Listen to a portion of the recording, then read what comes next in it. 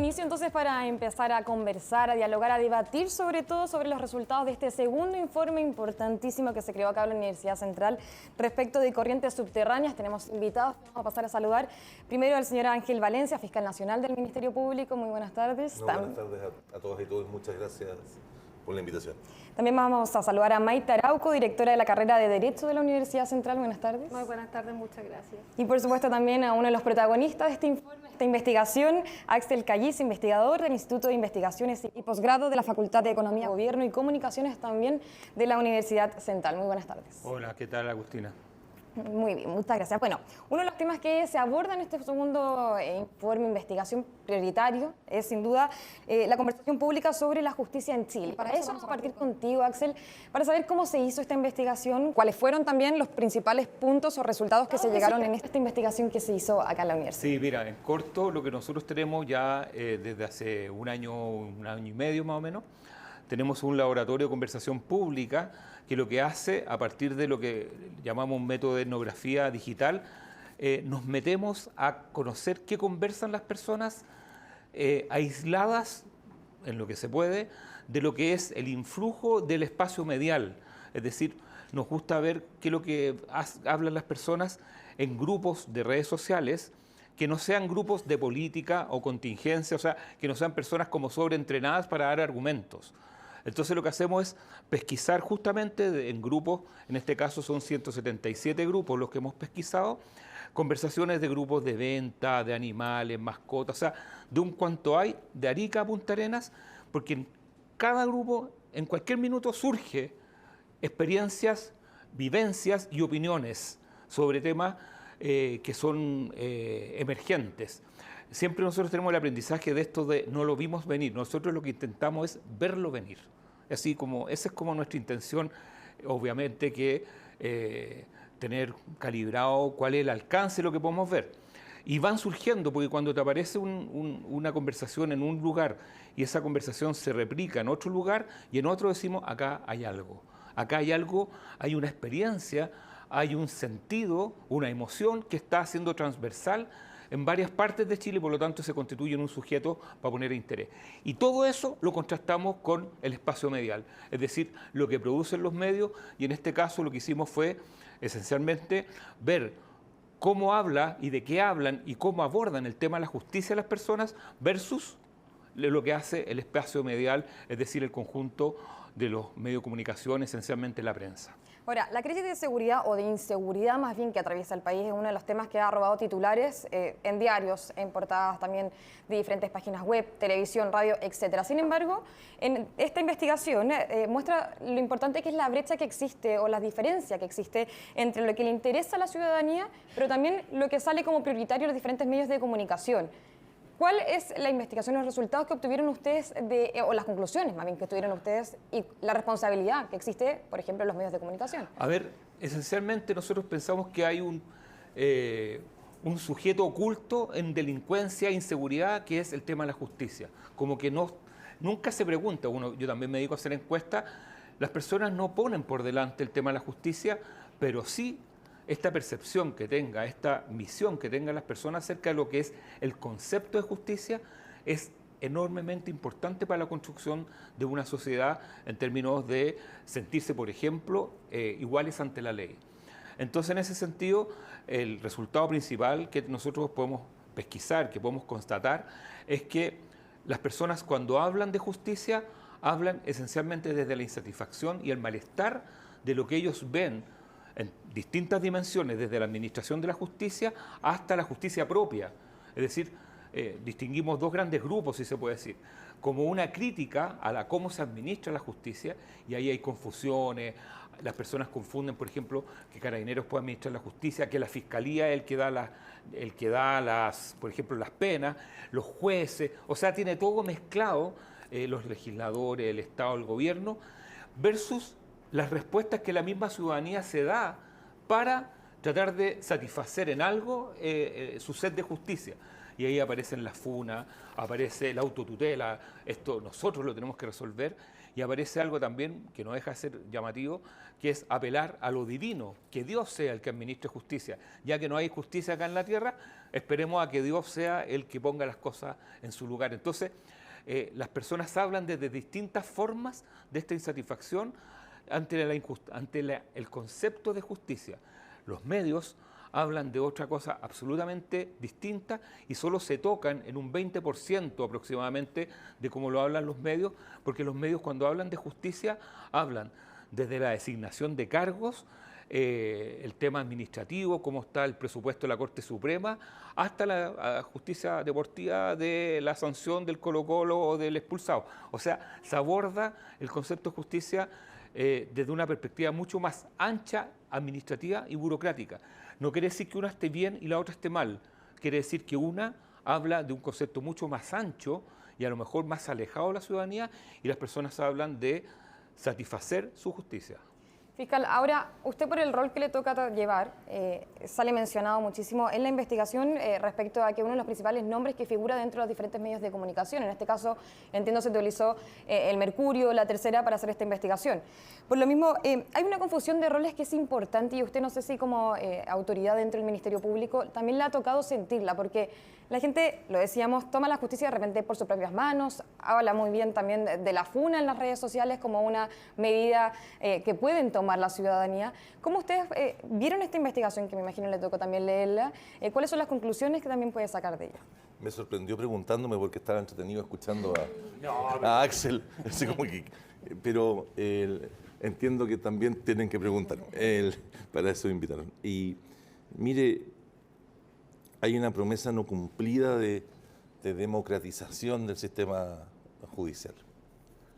Cuando no conozco los estudios de la universidad, pero a propósito de la tesis doctoral en la que estaba trabajando y que abandoné cuando me embarqué en este gran desafío, el Estado chileno modificó todo el sistema de justicia penal como parte del proceso de democratización del Estado a partir de los 90.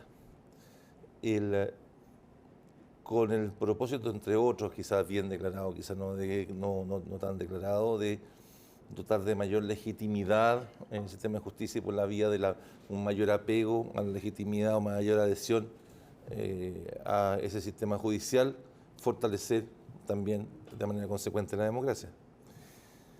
Y si uno aprecia la encuesta Latinbarómetro, los resultados del Latinbarómetro, hasta el año 2011 la adhesión o la valoración del sistema judicial chileno había ido creciendo, era alta, la ciudadanía tenía una valoración muy positiva de la reforma judicial en lo que se refería a la pregunta específica que se hacía en esa encuesta, decía acerca de la justicia trataba o no de igual forma a las personas de distintas condiciones económicas. Estoy resumiendo lo que recuerdo. Pero en el año 2011 se produjo una caída y de ahí en adelante hay un punto de inflexión en que solo se fue progresivamente deteriorando. Probablemente, quizás si mi memoria no falla, mis cálculos no fallan, no fue el caso Penta el que más dañó esa percepción, sino que fue el caso de las farmacias, porque sí, el caso de las farmacias es una causa en la que se advertía directamente cómo poderosos podían afectar directamente un bien muy valioso de la comunidad, de la ciudadanía, el acceso a medicamentos, a la salud. Podían lucrar de ello, concertarse para lucrar más allá de lo debido y la respuesta del sistema judicial resultar insuficiente frente a una conducta tan dañosa como esa, tan dañina como esa. En consecuencia, dentro del Ministerio Público siento una parte de la responsabilidad de poder de que el país cuente con un sistema que la comunidad reconozca como legítimo, más todavía en un momento en el cual pareciera que hay una suerte como de revalorización de la violencia como un medio para resolver conflictos. ¿La autotutela hoy? La autotutela hoy día es a veces pasmante la forma como la autotutela se reconoce como un elemento válido legítimo. Exactamente. Legítimo para imponer ciertos derechos o ciertas pretensiones. Y en ese contexto no basta, por supuesto, el simple compromiso, el simple cumplimiento del compromiso legal del Ministerio Público constitucional de velar por la correcta aplicación de la ley.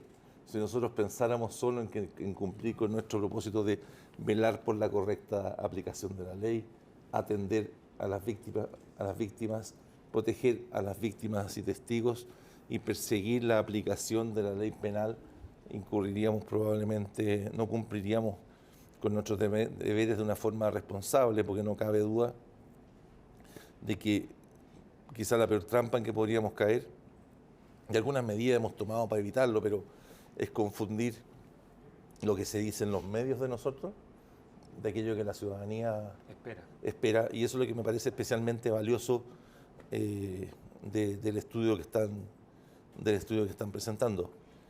Ahora, sí. Dele. No. En consecuencia, aunque no está escrito en la ley, no me cabe duda de que la gestión que tenemos que hacer en la Fiscalía tiene que ser una gestión que esté conectada con las expectativas de la ciudadanía, porque de otro modo, porque estamos insertos en el Estado, somos parte del Estado chileno, tenemos una responsabilidad ciudadana, ¿okay? Una responsabilidad institucional y que trasciende el simple contenido de la Constitución en la ley, sino que compartimos también con otros agentes del Estado que estamos involucrados en las funciones esenciales de un sistema de vida republicano, y que es básicamente contribuir al fortalecimiento de la democracia.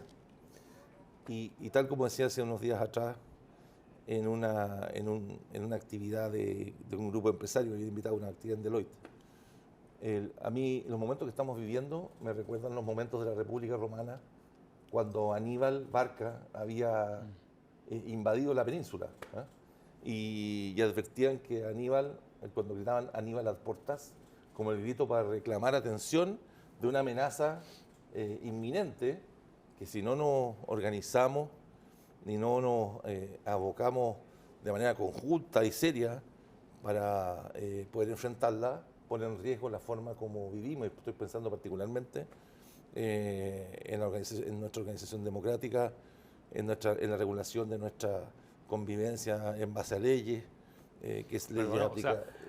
Perdone, jefa de carrera, el contrato social, si la gran promesa de esto es que todos somos iguales. Esa es la promesa del Estado. Sí, ese es el problema. Bueno, sí. y eso es uno de los puntos, Maite, que tú también nos puedes ayudar a resolver, porque sin duda por supuesto que los medios de comunicación deben cumplir un rol fundamental. Las redes sociales muchas veces nos juegan a favor, pero las propias vivencias de las personas también son importantes. Y un mito que existe, por ejemplo, es la puerta giratoria.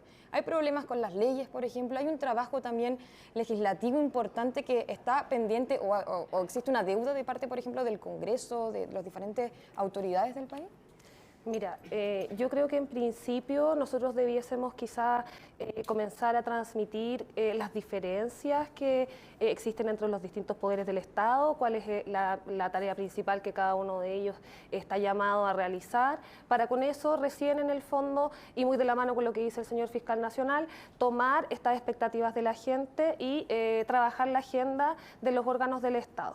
En ese sentido, además, estimo que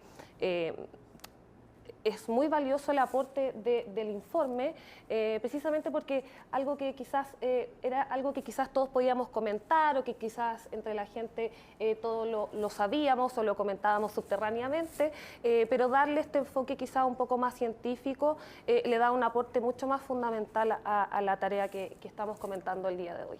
En principio, las leyes, además, recordemos que pueden ser de iniciativa del presidente, así como del Congreso Nacional en particular. El Congreso Nacional tiene por finalidad representar a los ciudadanos, por lo tanto, creo que esa conexión entre la ciudadanía y el Estado, precisamente, es algo que estamos llamados a fortalecer mediante esta actividad y la difusión de esta información principalmente.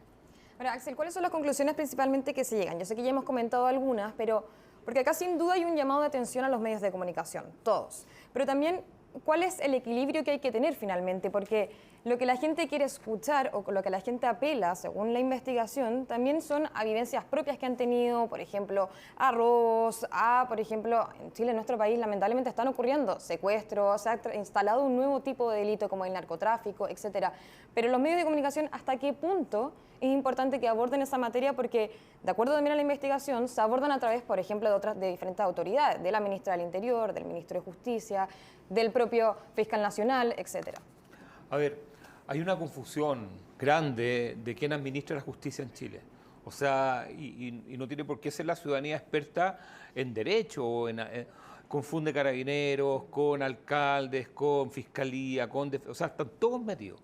Y todos uno administra, porque a veces el carabinero también administra un poco justicia cuando llega y hay una pelea o violencia intrafamiliar y los separa, y hay una suerte de administración ahí, llamémosle como de urgencia. Pero a mí lo que más me preocupa, y como unas conclusiones que conversábamos con Matías Gómez, que es el director del laboratorio y los chiquillos, es que poco a poco se empieza a legitimar la anomia, que es lo que socava el tema de la sociedad. Es decir, la autotutela, la funa, las respuestas de las mismas personas organizándose para sustituir la administración de justicia, eso nos pone en una sociedad salvaje. O sea, es perder años de civilización, de endoculturación, de entender cómo nos tenemos que juntar, porque aquí lo que está en juego es la sociedad. Y no hay una solución a la delincuencia sin parar la administración de justicia. Hoy, por ejemplo, estamos viviendo el tema de Katy Barriga y todo lo que son los elementos propios, por ejemplo, de los líos que hay en las corporaciones municipales, Antofagasta, Lo Barnechea, Las Condes y las horas extra. O sea, tenemos muchos municipios. El problema con la administración de justicia es que la opinión pública ve que a unos se les da unas cautelares, es decir, a unos se les manda para la casa, a otros se les manda para la casa total, no pueden salir, a otros se les manda a la cárcel y entre otros delitos de corrupción se les pone grilletes y petos. Entonces, la gente dice, bueno, ¿lo están condenando o son medidas cautelares? Y ahí queda la escoba, porque no vemos una sola mano en la administración de la justicia. No vemos una sola mano también en las propias personas, porque estamos hablando de personas que les roban un celular y ven y cómo atrapan muchas veces y la persona sale libre. Entonces, el garantismo también está, esa suerte, entre comillas, también está en peligro, porque en el fondo se ha ido socavando esta legitimidad que existía en la promesa que el mismo Ángel, el fiscal, determinaba a partir del 2010, 2011, luego con los casos, porque esto es acumulativo fiscal, es la Polar, es los pollos, porque no opera por un hecho, es el Penta, es el financiamiento ilegal a la política, es decir, todo eso va generando un socavamiento en nuestra sociedad, en lo que es el contrato social. O sea, Rousseau así se revuelca pensando en cómo nosotros estamos no implementando lo que es el sentido de la igualdad ante la ley. Ahora, fiscal, ¿cómo se logra entender, ya que pusimos el caso sobre la mesa de la exalcaldesa Katy Barriga, los resultados de la medida cautelar decretada ayer? Porque finalmente lo que se hace... No me haga una pregunta difícil, pero yo tampoco lo estoy entendiendo mucho. Aparte que esto lo vamos a ver durante mucho tiempo. No, pero finalmente, ayer hasta propios fiscales hablan de que es uno de los casos más cuantiosos que se hayan conocido en la historia de las municipalidades de nuestro país. Y finalmente ella queda no libre, obviamente con medidas cautelares, pero no con la máxima medida cautelar que se había solicitado, que es entonces estar dentro de un recinto penitenciario. De hecho, incluso casos como el de Democracia Viva, Daniel Andrade comentó sus familiares a través de sus redes sociales que les parecía increíble esta situación, considerando que se multiplica por muchísimas veces el número de defraudados, investigado por supuesto entre ambos casos. Mira, voy a ver primero el vaso medio lleno. Voy a tratar de ver el vaso medio lleno primero. El vaso medio lleno es que estas discusiones se producen y que hoy día vivimos una sociedad en la cual, gracias a que hay un proceso penal oral y público, y que al cual los medios de comunicación tienen acceso, y que no solo las personas pueden asistir a las audiencias, sino que además se pueden presenciar las transmitidas en vivo, la comunidad puede formarse una opinión acerca del proceso penal que realmente tenemos. No sé si me... Sí, y todo el ancho de pruebas que dan los fiscales. Claro, nos estamos alejando al menos de la realidad de la caja negra, en que el proceso de justicia era una caja negra que nadie entendía muy bien cómo ocurría.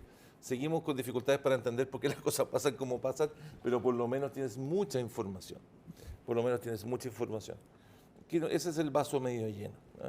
El vaso medio vacío es que yo no tengo una respuesta. Es difícil decir, mire, vamos a apelar, porque también no sabemos cómo va en la Corte de Apelaciones a resolver.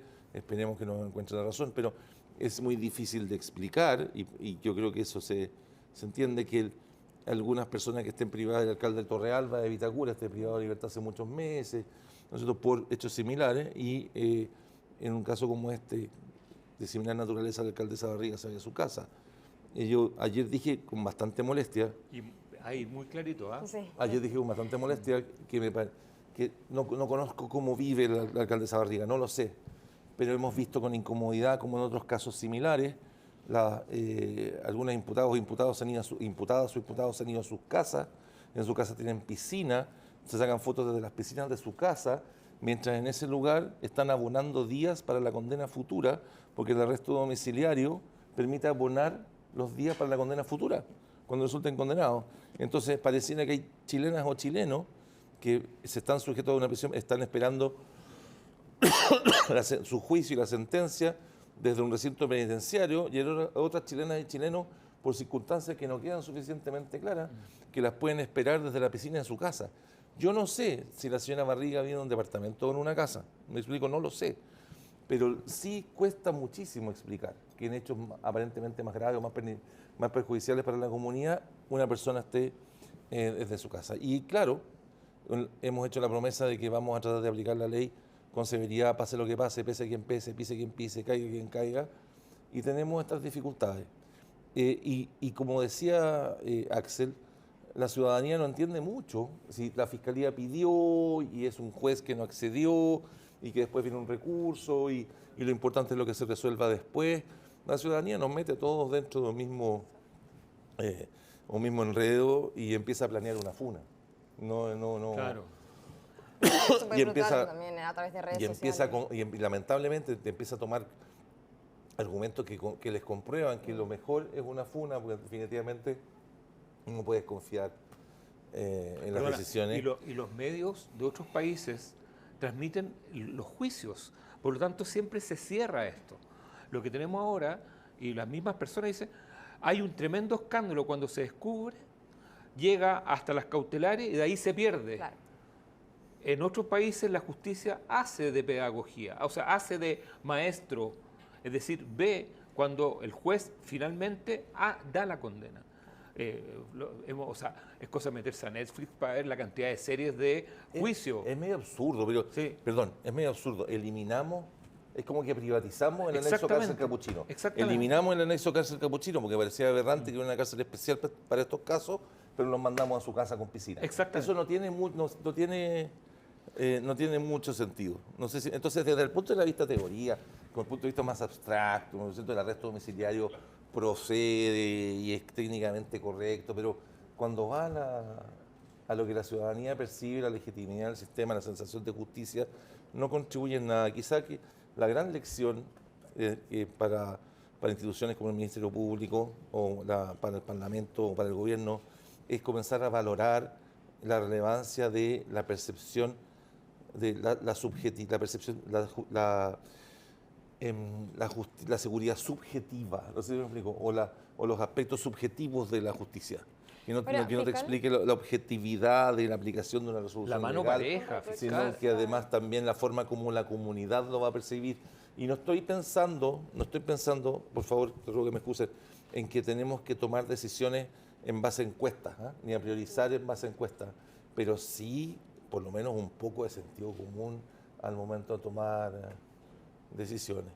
Ahora, Maite, ese sentido común también, ¿cómo se logra finalmente? ¿Qué es lo que la ciudadanía quiere ver y quiere escuchar cuando se escucha una condena? Porque finalmente vimos que se hace un poco también en muchos casos lo que el juez quiere, o en otros lo que la sociedad o lo que la prensa quiere escuchar también en otros casos. Uno de repente cree que esta condena se está dando porque es muy mediática la situación. Entonces, ¿cuál es el punto medio que existe o que debemos encontrar para que sobre todo tengamos lo que hemos hablado acá, que es la igualdad ante la ley para todas y todos finalmente? Exacto. Mira, yo no voy a poner en duda, digamos, las decisiones del juez de garantía que así lo decidió, digamos, porque en ese sentido su tarea es tomar esa decisión conforme lo establece nuestra legislación vigente. da la sensación de que a propósito de la funa o de esta subjetividad a la que conversa el fiscal, lo que la gente busca también es un reproche más social. Uno tendería a pensar que la subjetividad o la percepción de las personas pudiese estar por sobre lo que sucede en nuestro sistema penal o en una investigación llevada a cabo por la Fiscalía y el Ministerio Público, digamos. Entonces, ¿cuál es el punto medio o el equilibrio? Yo creo que ese punto medio debiese estar primero formado por el correcto conocimiento o más bien que las personas o instituciones que están llamadas a transmitir esta información lo hagan. Por eso es que quizá en ese sentido yo felicito a la Universidad Central por estar inmiscuido en estos temas tan relevantes para la sociedad, porque de acuerdo a lo que nosotros pudimos leer, eso es lo que la sociedad busca. La gente a través de las redes sociales lo que hacen en estas conversaciones inconscientemente es hacer política, es discutir cuestiones filosóficas, como por ejemplo lo es el concepto de justicia, qué es la justicia o qué es la injusticia, digamos. Entonces, yo creo que el equilibrio debiese estar conformado por distintos elementos.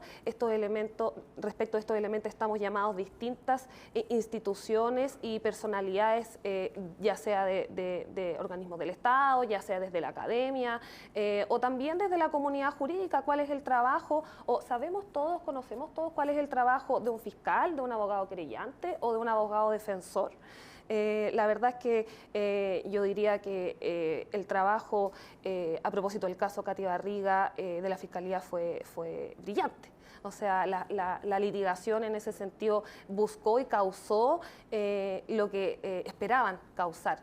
Entonces, es un poco complejo dar la respuesta a cómo encontramos el equilibrio, dónde está.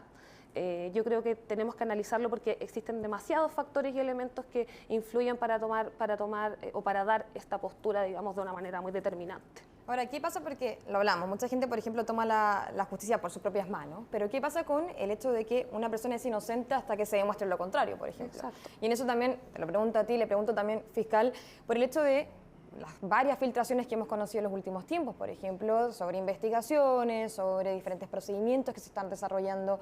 También es un tema en donde la ciudadanía empieza a tomar un papel o un rol o también un fundamento en el cual muchas veces no le correspondería asumirlo, que es, por ejemplo, ser juez de una causa. Exacto. Uno de los principios generales, o más bien principios rectores del nuevo sistema procesal penal es el principio de inocencia. Yo voy a ser inocente mientras una sentencia firme o ejecutoriada así lo resuelva y lo determine mediante el juicio oral que se debe llevar a cabo.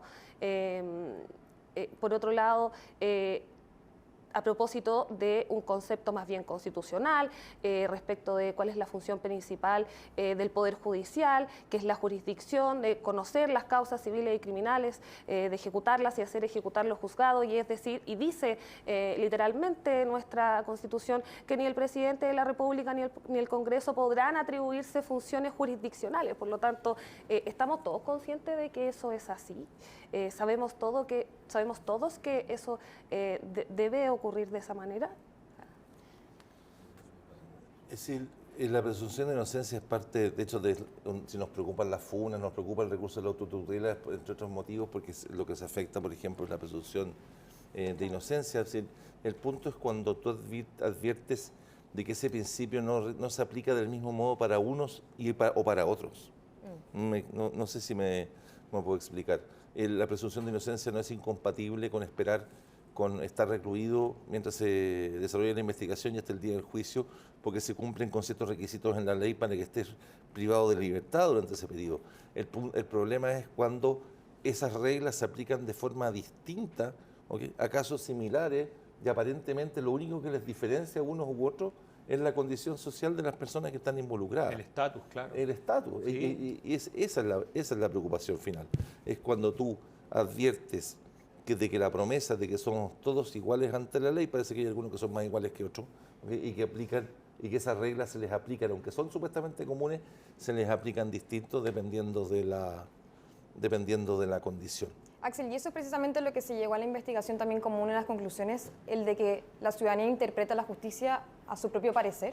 Claro, porque en el fondo como no hay una misma mano, perdón, esto es como si nosotros fuéramos a comprar empanadas todos los fines de semana y un día nos salieran picantes, otras llenas de cebolla, otras, o sea, todos los domingos empanadas distintas, no se podría comer empanadas. Lo que hay es que la ciudadanía ve que la mano, que la justicia que se aplica siempre es distinta y tiende a sacar una conclusión de impunidad de partida y de estatus. Es decir, el que tiene y es poderoso se salva y eso está directamente relacionado con el delito. Que esa es la...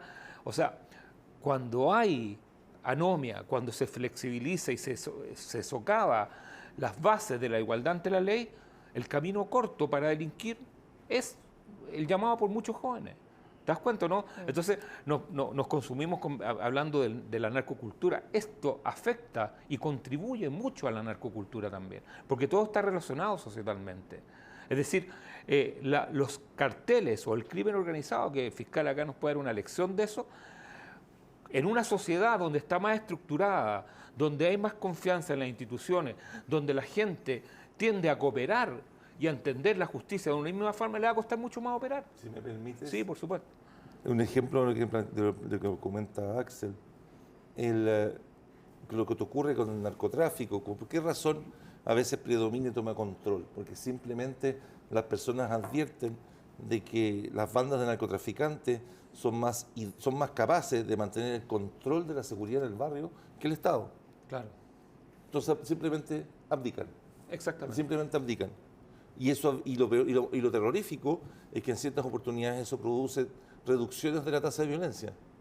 Porque hay una orgánica que decide cuándo se ejerce la violencia y cuándo no. Es decir, el narcotráfico reemplaza al Estado.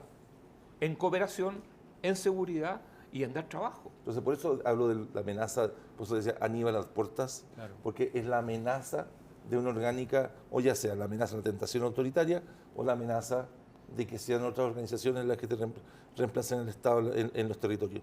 El riesgo de la favelización de Antofagasta es ese. Claro. Fiscal, y usted que ha estado en varios territorios, recorrió, me atrevo a decir, casi todo nuestro país o todo nuestro país.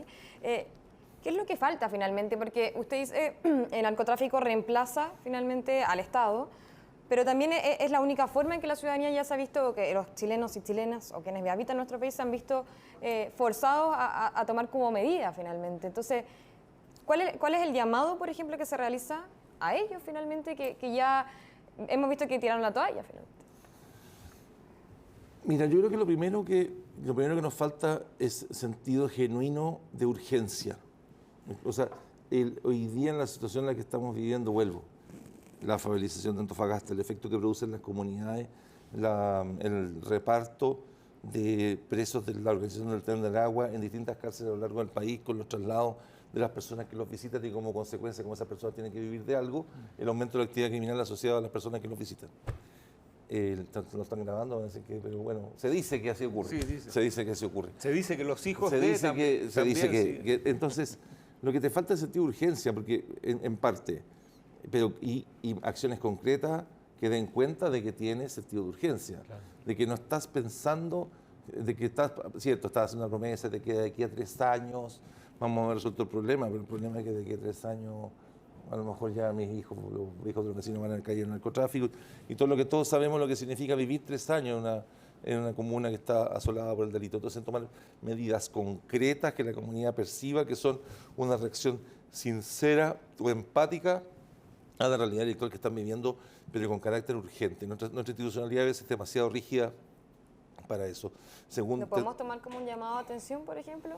¿Al Ejecutivo, al Legislativo? O sea, sí, pero nosotros tratamos de hacer eso. Una de las cosas que admiré de Barbosa, el fiscal de Colombia, Barbosa tenía una estructura en la Fiscalía que le permitía no solo preocuparse de las bandas o de los carteles a largo plazo, sino que cuando había incidentes que causaban gran conmoción, tenían la capacidad con una caballería ligera, ¿no?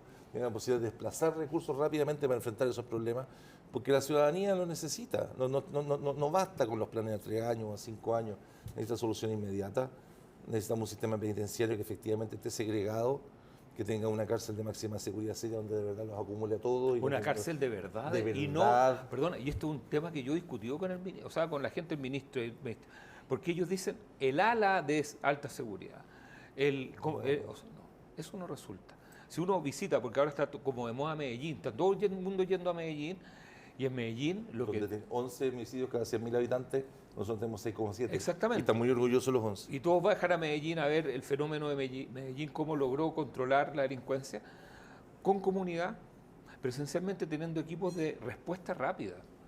O sea, porque cuando nosotros en el laboratorio lo que percibimos es que no es la alta justicia, es la incivilidad, el problema con los vecinos, el problema del robo del celular, el problema con las mascotas, es decir, son problemas muy chicos también, donde entra la justicia y entra una justicia local, donde muchas veces hasta los mismos equipos de respuesta de las municipalidades tienen que administrar justicia. Entonces, no es que sea solamente los poderosos de siempre, como se dice, sino que también a nivel local.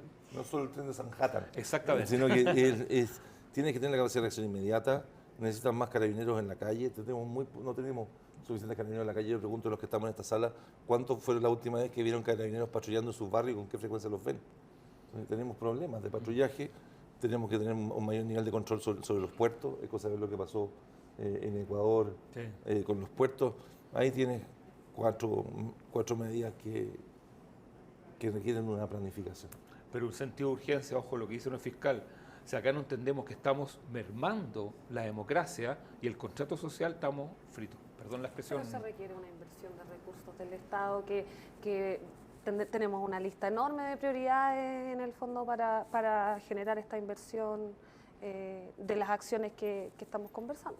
Y también hasta qué punto, por ejemplo, los gobiernos van a querer ceder en temas como ese, que ahora, con esta crisis de seguridad, son más populares, por supuesto, pero hubo un minuto en donde se prefería hacer escuelas, hospitales, y que de alguna u otra forma era más importante en ese minuto que se estaba viviendo en el país.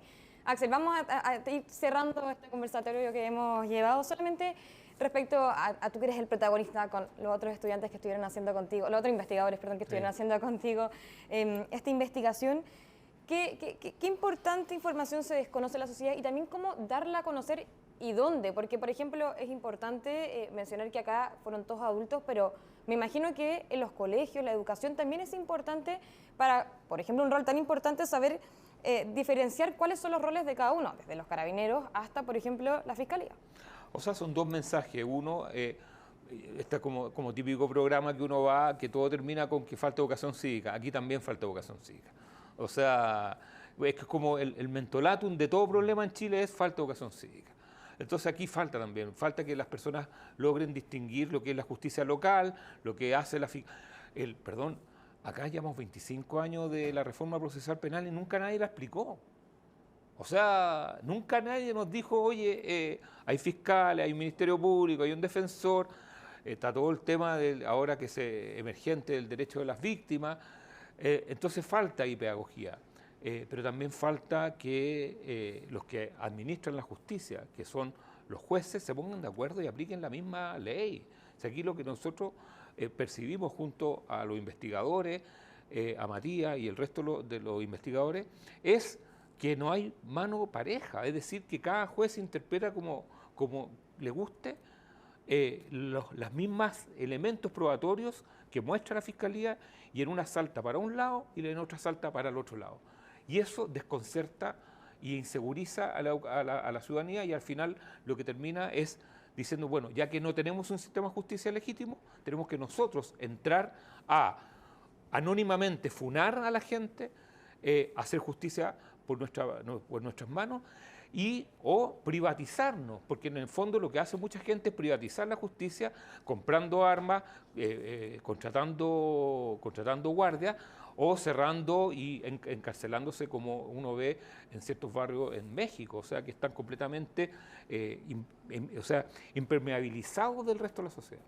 Fiscalizo, ¿qué genera en usted como cabeza del Ministerio Público finalmente que la justicia esté siendo tomada por parte de los propios ciudadanos, pero además en donde en buen chileno se está haciendo la pega, pero ven que llegamos a la justicia y acá, como dice Axel, cada uno la reparte como quiere? No nos diga que hay que confiar en Dios, porque ahí sí que...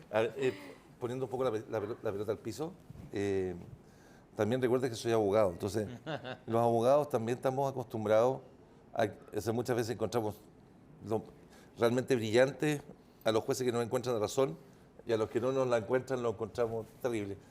Este es un traspié, ¿me explico? Ahora vienen recursos, quizás la Corte confirma, quizás la Corte revoca, dependerá de la sala, de los alegatos de los abogados. Pero me parece que es valioso el incidente porque permite llevar a estas conversaciones, porque permite llevar a estas conversaciones. Nuestro compromiso es seguir trabajando seriamente, me explico, por tratar de llevar la justicia a todos los rincones del país de la misma manera, apretando de la misma forma en todos lados. Nos preocupa contar con los recursos necesarios, por ejemplo, para seguir implementando adecuadamente el proyecto de ley de entrevistas investigativas videograbadas, que es un proyecto que es quizás poco conocido, pero que permite que niñas, niños y adolescentes víctimas de delitos sexuales hoy día tengan desde Arica hasta la Fiscalía Local de Porvenir, en Tierra del Fuego, misma atención cuando se trata de una entrevista por haber sido víctimas de un delito sexual.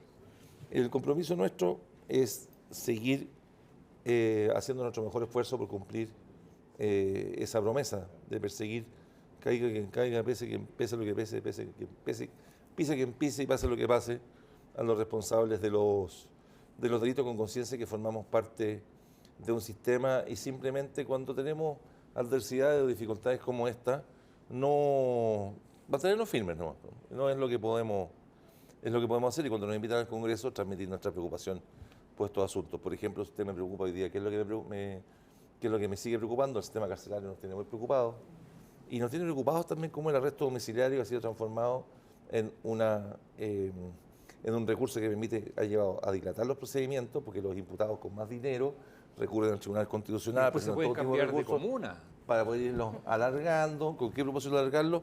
Para que después la sentencia llegue más tarde, y cuando la sentencia llegue, el tiempo que estuvieron en sus casas completo arresto domiciliario, se les abone a la condena finalmente, y eso provoca una dilación y provoca también sensación de injusticia, que hay personas que estuvieron cumpliendo la condena dentro de sus casas. Algo quizás deberíamos proponer respecto al arresto domiciliario, que por lo menos no se abone, y eso algo mitigaría, ¿no? Esta sensación, y insistir en que por lo menos lo que a nosotros nos corresponde es seguir tratando a todas las personas de la misma manera, sea donde sea que le atendamos, ya sea aquí en Santiago Centro, en Panguipulli o en Pozo Almonte. Bueno, fiscal, ya dejo ahí una idea sobre la mesa, vamos a tener que seguir detallándola más adelante, tenemos casos para hablar muchísimo, así que también, Maite, muchas gracias. Y Axel, sobre todo a ti por poner este tema sobre la mesa. No, gracias a ti y bueno, gracias al fiscal, a la profesora Maite. Fiscal habla en nombre del pueblo de Chile, siempre. No hay que olvidar nunca que él representa al pueblo de Chile ante el juez. Gracias. Gracias, muchas gracias.